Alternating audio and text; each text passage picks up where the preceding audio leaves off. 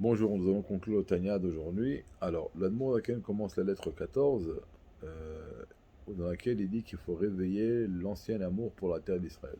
De quoi s'agit-il?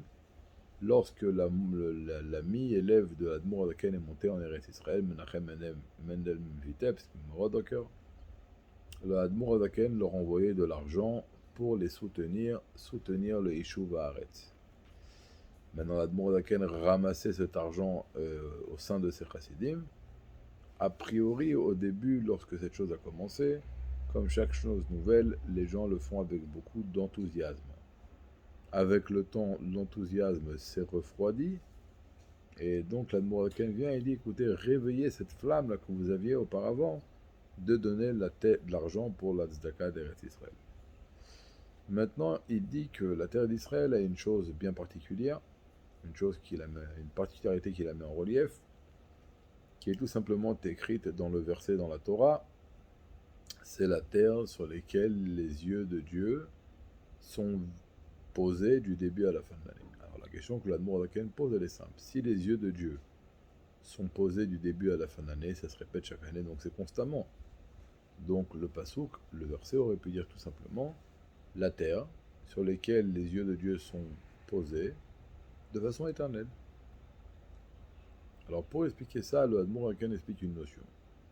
Il y a ce qu'on appelle la Nessira. La Nessira, ça veut dire couper. Lorsque Adam et Chava ont été créés, on dit qu'ils ont été créés collés dans le dos. Et donc ils ne pouvaient pas accomplir la mitzvah de se perpétuer. Donc Dieu les a coupés, les a séparés, et après les avoir séparés, ils ont pu s'unir.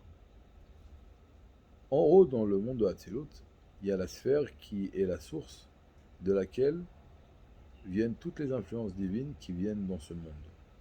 C'est la sphère de la royauté. La sphère de la royauté, elle est constamment unie avec les sentiments, les midot, ce qu'on appelle le zo dans la Kabbalah, qui est le petit visage. La veille de Rosh Hashanah, tous les ans, Dieu il sépare la Malchut de zo, ou plus zo de la Malchut. Comme il sépare Adam, il a séparé Adam et Chava.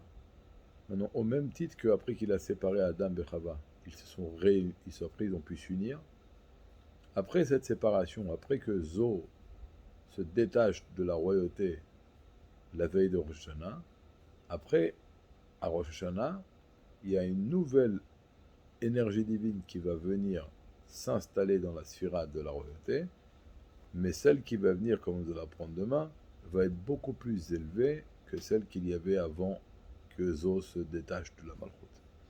Alors, sera directement de l'intellect, de la Chokhmah, de la Bina de Dieu. Maintenant, pourquoi Dieu part et doit venir, on verra ça demain.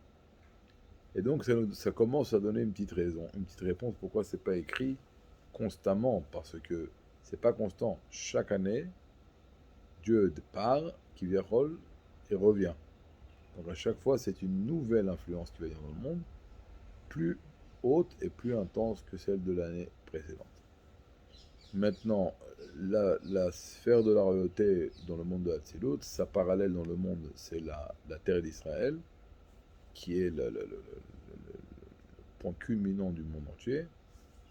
Et donc c'est pour ça que même sur la terre d'Israël, chaque année, il y a une nouvelle énergie divine qui va descendre. Et en réalité, c'est pareil pour le monde entier. Toute l'énergie divine qui fait vivre le monde la veille de Rosh Hashanah quitte le monde. Et à Rosh Hashanah, c'est une nouvelle vitalité qui va revenir pour l'année prochaine. Donc on en parlera demain, Bezrat Hashem. Une bonne journée.